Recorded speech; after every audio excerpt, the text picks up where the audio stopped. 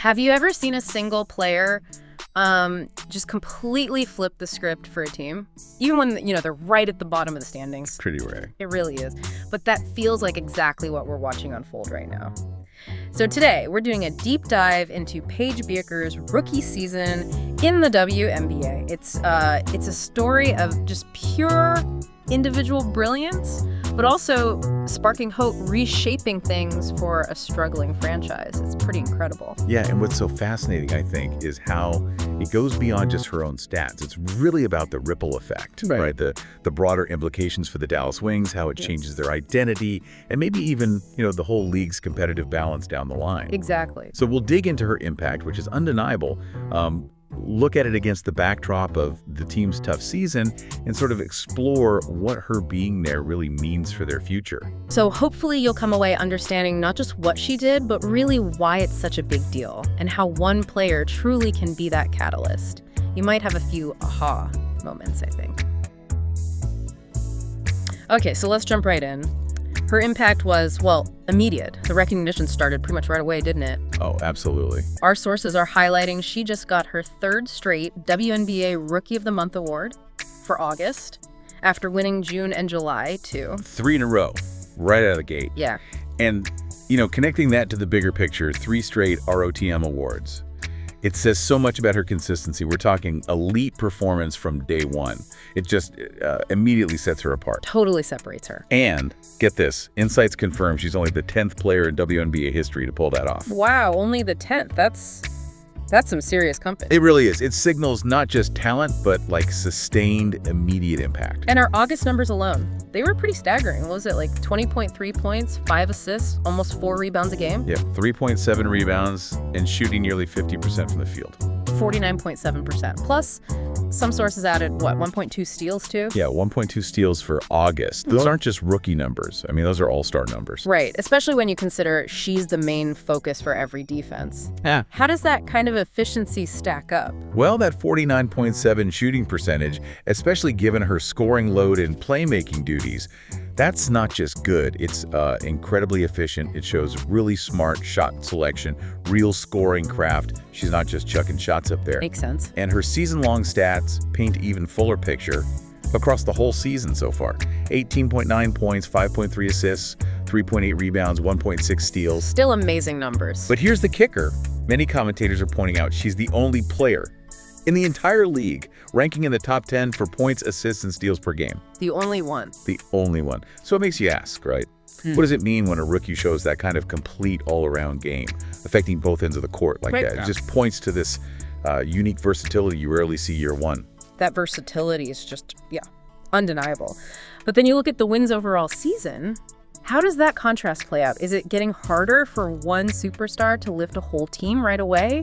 Or does it just show how deep the WNBA talent pool really is? I think it's a bit of both, honestly. A generational talent like Bueckers is transformative, no doubt. But the WNBA is just stacked. It's incredibly competitive. True. So her individual brilliance shines, absolutely. But team success, that takes a whole group effort, the right complementary pieces. It kind of highlights what some call the burden of brilliance, Burden of brilliance. I like that. Where this amazing player draws all the attention, all the defensive pressure, but still needs that strong supporting cast to get consistent wins. That's a really good point. And it's not just the consistency, it's those moments that just make your jaw drop, those record-breaking performances. Exactly. Like she's St. or tie, it depends who you ask, the rookie record for points in a game. 44 points against the Sparks. 44. As a rookie. Just wild. Right. And she started the All-Star game. Yeah. As a rookie starter. Plus, she's apparently just, 8 points shy of Arike Ogunbowale's rookie scoring record? And the season isn't even over yet. Incredible. Just imagine being a rookie and already etching your name in the history books like that multiple times. It really signals something beyond just a great start, doesn't it? This could be a generational player embracing the biggest moments. And, it's not just about the raw stats of that 44-point game. Yeah. It's about the narrative power. Consistent performance builds the case, sure. But sometimes it's that one undeniable highlight reel moment that truly cements a player's legend. It shifts the whole public perception, makes them the undisputed frontrunner for things like awards. It becomes the defining performance. So speaking of awards, with all this, the stats, the monthly honors, those huge moments, what's the consensus on the WNBA Rookie of the Year award? Seems pretty locked up, right? Yeah, and most analyses suggest it's pretty much a done deal. Yeah.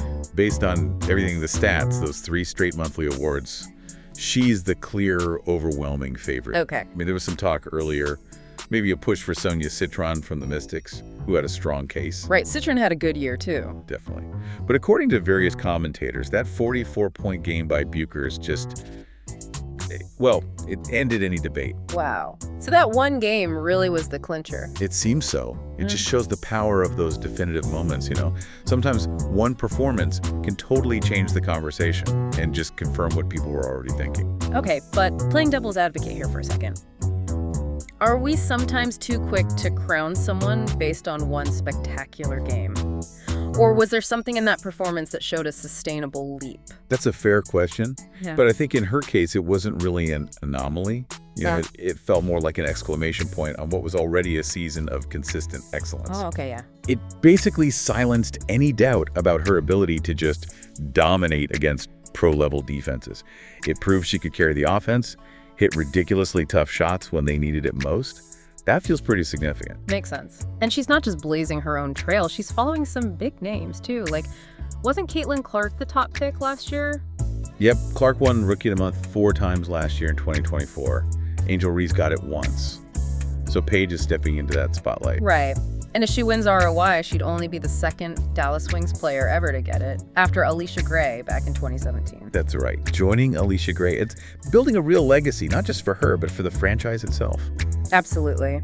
It really makes you think about how one player can change an organization's history, not just on the court now, but setting a standard for the future. Exactly. Those achievements become part of the team's identity.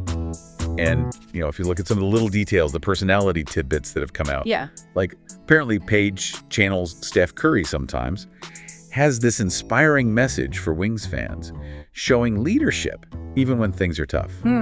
Interesting. And then there was that weird incident where she was a late scratch from a game because her body rejected an IV or something. Oh, I heard about that. Crazy. Right, but those little things, they give you a glimpse behind the stats. You see the grit, the inspiration, but also the huge physical toll, the challenges these athletes face just to stay on the court at that level, especially rookies. Yeah, definitely humanizes her, makes you appreciate the toughness, mental and physical. So, okay, Paige is clearly a sensation, but she's still playing for a team, and the Dallas Wings, well, this season's been rough for them overall. Right. Let's zoom out a bit and look at that team context. Yeah, and that contrast really shows that burden of brilliance we talked about. Even a talent like hers can't just magically fix everything in year one, especially in this league. True. Reports confirm it. The Wings have the league's worst record, 9-32. And yeah, obviously, no playoffs for them this year. Oof. 9-32. Yeah. It just highlights how team sports work. You know, individual stars are crucial, but it doesn't always equal instant team wins. Yeah. It's a reminder that even a superstar needs that supporting cast. That's tough. 9 wins with a player playing that well. But, okay, there's also hope, right? Some outlets are saying the team seems on the verge of getting back to the postseason because of her contributions. Exactly. That's a pretty bold statement for a team with the worst record, isn't it? Placing that kind of expectation or maybe hope on one rookie. How does that play out in the locker room, you think? Oh, I bet it's complex. On one hand, having her, there must be a massive morale boost. It gives everyone a clear vision, something elite to build around. Teams without that often feel adrift. Sure. But on the other hand, yeah, immense pressure on a young player. Yeah. Still, for the franchise, her being there completely changes their outlook from just rebuilding to potentially on the verge. That's huge. It absolutely is. And that rough record, well, it leads directly to a potential silver lining of the draft lottery. A draft advantage. Their record means they could get a top 3 pick. Actually, league analyses confirm they're now locked in for the best odds, 40% chance, at the number 1 pick in the 2026 draft. 40%, that's significant. So how does a team play that? When you already have your foundational star in Paige, how do you use those top lottery odds? It feels like a great spot to be in strategically. Oh, it's a fantastic spot. Because now, that top pick isn't just about grabbing the best available player in a vacuum. It's about finding the perfect fit next to Bueckers. Right, complementarity. Exactly. Do they need a dominant post player, an elite wing defender, Maybe another dynamic scorer to take some pressure off Paige. It lets them be really targeted, build a coherent system around their star. Much better than just starting from zero. That makes a lot of sense. But, okay, let's not get ahead of ourselves. Best odds are great, but it's still a lottery, right? Sources remind us it's not guaranteed. Absolutely not guaranteed. And wasn't there an interesting twist last year? Didn't Dallas get the pick they used for Paige with only the second best odds? Like 22.7% chance. That's exactly right. They jumped up last year. So yeah, the lottery balls can definitely bounce in unexpected ways. A 40% chance is good, but there's still a 60% chance someone else gets that top pick. Okay, good reminder. And what's this about the Chicago Sky having the second best odds, but that pick actually belongs to Minnesota? Yeah, that adds another wrinkle. Yeah. Chicago owes their pick to the Lynx, who had the league's best record. So if Chicago's pick lands high, it benefits one of the top teams. Huh. So one pick can really shake things up for multiple teams. Definitely. It shows how interconnected everything is, adds a whole other layer of suspense to the draft lottery and what it means for the league's balance. Okay, so speaking of that draft and what the Wings might do if they do land that number one pick, there's a really juicy scenario floating around, isn't there? Yes. The Fudd factor. Exactly. Tell us about that. Well, the buzz is, and various outlets are speculating on this, that the Wings could potentially draft Azzi Fudd, Paige's girlfriend, her former UConn teammate. Wow. Obviously, it depends on how Fudd plays this year in college, where her draft stock settles. But just the idea of reuniting them in Dallas. That would be huge. Huge. Think about it. You're bringing together two players with proven chemistry, both on and off the court. It's not just adding talent, it's adding a built-in connection. It creates this instant narrative, incredible fan engagement.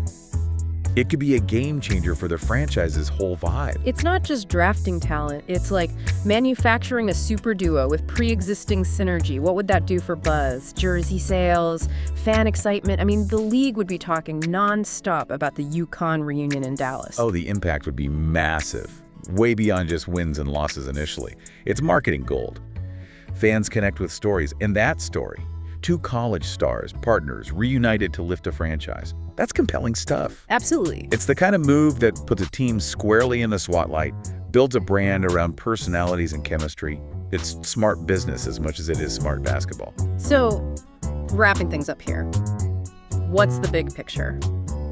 We've seen Paige Bueckers have this absolutely incredible rookie year records, awards, all of it. Right. Set against the backdrop of the Wings' tough season, but also their really hopeful future, especially with those draft odds. Yeah, and hopefully you've got a feel now, not just for her brilliance, but also that burden of brilliance she carries. And you see the strategic chessboard, the draft possibilities, maybe even that potential Fudd pairing. Right. And how it could all transform the Wings from, bottom of the league to a potential powerhouse, maybe faster than anyone expects. Yeah. It really shows how one player can just change everything for a franchise. Totally. So here's a final thought to leave you with.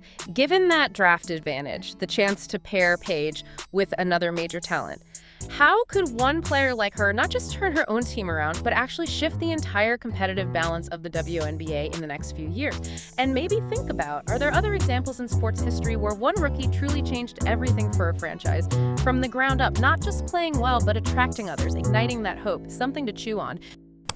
Generate by AI. Generate by AI.